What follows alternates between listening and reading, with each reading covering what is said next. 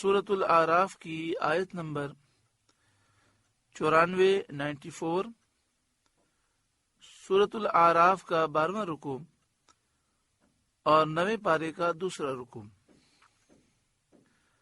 وما ارسلنا فی قریۃ من نبی الا اخذنا اہلها بالبأساء والضراء،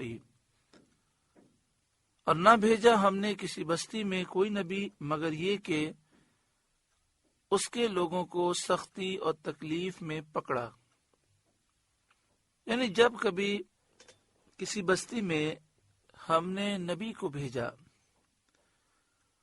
اور بستی والوں نے اس نبی کو جھٹلا دیا تو وہاں کے لوگوں کو سختی اور تکلیف میں پکڑا گیا، فقر و فاقے میں، تنگ دستی میں، بیماری میں گرفتار کیا گیا۔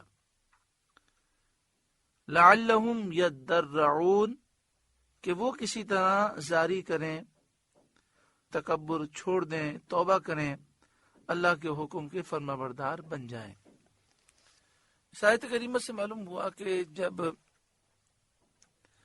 کوئی نبی علیہ السلام کسی قوم میں نصیحت کے لیے تشریف لے جاتے ہیں اور قوم ان کی نصیحت پر عمل نہیں کرتی تو ابتدائی طور پر لوگوں پر سختیاں اور تکلیفیں آتی ہیں، اور یہ سختیاں اور تکلیفیں اس لیے ہوتی ہیں کہ انہیں جھنجھوڑا جائے اور وہ توبہ کریں اور اپنی غلطیوں کا احساس کریں۔ ثم بدلنا مکان السیئۃ الحسنہ حتی عفوا، پھر ہم نے تکلیف کی جگہ، برائی کی جگہ بھلائی بدل دی، یہاں تک کہ وہ بہت ہو گئے۔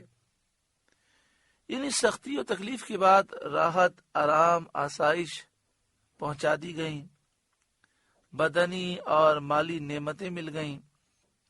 تو یہ چیزیں ایسی تھیں کہ بندہ اطاعت کرے اور شکر گزاری کرے، کیونکہ تکلیف کے بعد راحت کا احساس زیادہ ہوتا ہے۔ تو سختی و تکلیف کے بعد راحت، آرام، آسائش، بدنی اور مالی نعمتیں ملنا، یہ اطاعت کی طرف اور اللہ کی شکر گزاری کی طرف انسان کو لے جاتی ہیں۔ وہ بہت ہو گئے، یعنی ان کی تعداد بھی زیادہ ہوئی، مال بھی ان کے بہت بڑھ گئے۔ وقالوا، اور بولے، قد مس آباءنا الضراء والسراء، بے شک ہمارے باپ دادا کو رنج اور راحت پہنچے تھے، تکلیف اور آرام ہمارے باپ دادا کو بھی پہنچے تھے۔ یعنی زمانے کا قاعدہ یہی ہے کہ کبھی تکلیف ہوتی ہے، کبھی راحت ہوتی ہے۔ ہمارے باپ داداؤں پر بھی ایسے حالات گزر چکے ہیں۔ اس سے ان کا مقصد یہ تھا کہ جو پچھلا زمانہ سختیوں میں گزرا ہے، یہ اللہ کی طرف سے کوئی سزا نہیں ہے، لہذا اب ہمیں اپنا دین نہیں چھوڑنا چاہیے۔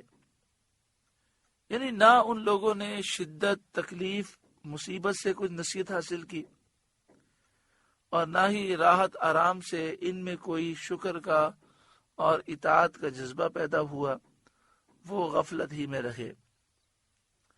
فَأَخَذْنَاهُمْ بَغْتَةً وَهُمْ لَا يَشْعُرُونَ، تو ہم نے انہیں اچانک ان کی غفلت میں پکڑ لیا، جبکہ انہیں عذاب کا خیال بھی نہ تھا۔ ان واقعات سے عبرت حاصل کرنی چاہیے، اور بندوں کو گناہ اور سرکشی چھوڑ کر اپنے مالک اللہ رب العالمین کی رضا حاصل کرنے کی کوشش کرنی چاہیے۔ محترم پیارے بھائیوں،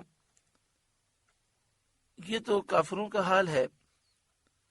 مسلمانوں پر جو تکلیفیں، پریشانیاں، مصیبتیں، آفتیں آتی ہیں، کبھی وہ پریشانیاں، مصیبتیں، آفتیں، بلائیں درجات کی بلندی کے لیے ہوتی ہیں کہ بندہ صبر کرے اور صبر کرنے پر اس کے درجات بلند ہوں۔ کبھی ایسا ہوتا ہے کہ اس کے ذریعے جنت میں اسے بہت اعلیٰ مقام مل جاتا ہے، اور کبھی یہ پریشانیاں گناہوں کو مٹانے کے لیے آتی ہیں۔ جب بندہ اس پہ صبر کرتا ہے تو ان پریشانیوں کی وجہ سے گناہ مٹ جاتے ہیں۔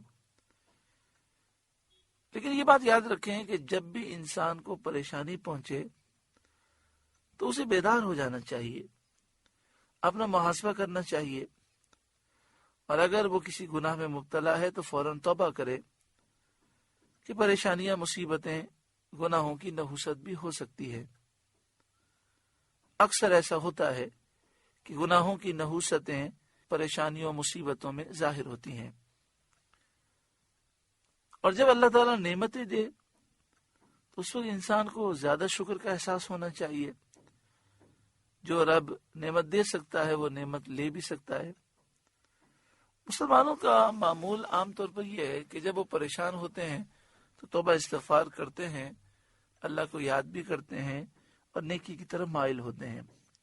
لیکن جب مال و دولت کی فراوانی ہو، بچے جوان ہو جائیں اور ان کی شادی کا موقع ہو، خوشی کا موقع ہو، تو اس موقع پر لوگ بہت گناہ کرتے ہیں، حالانکہ اس موقع پر تو زیادہ شکر کرنا چاہیے۔ اللہ تعالی ہر مسلمان کو عقل سلیم عطا فرمائے۔ آگے بیان کیا جا رہا ہے کہ اگر لوگ ایمان اور تقوی پر ثابت رہیں تو انہیں کیا کیا برکتیں ملیں گی۔ وَلَوْ أَنَّ أَهْلَ الْقُرَىٰ آمَنُوا وَاتَّقَوْا، اگر بستیوں والے ایمان لاتے اور تقوی اختیار کرتے، ڈرتے، اللہ اور اس کے رسول کی اطاعت اختیار کرتے، اور جس چیز کو اللہ اور رسول نے منع فرمایا اس سے دور رہتے، لَفَتَحْنَا عَلَيْهِمْ بَرَكَاتٍ مِّنَ السَّمَاءِ وَالْأَرْضِ، تو ضرور ہم ان پر آسمان و زمین سے برکتیں کھول دیتے، ہر طرف سے انہیں خیر پہنچتی، وقت پر فائدہ مند اور مفید بارشیں ہوتی، زمین سے کھیتی پھل بکثرت پیدا ہوتے، رزق کی فراوانی ہوتی، امن و سلامتی نصیب ہوتی، آفتوں سے محفوظ رہتے۔ تو آج اگر مسلمان صحیح معنوں میں تقوی اختیار کرے اور آج کے مسلمان گناہوں کو چھوڑ دیں تو ہمارے لیے بھی آسمان و زمین کی برکتوں کے دروازے کھل جائیں۔ آپ سے گزارش ہے کہ قرآن کے اس پیغام کو آگے پہنچا کر ثواب جاریہ حاصل کریں۔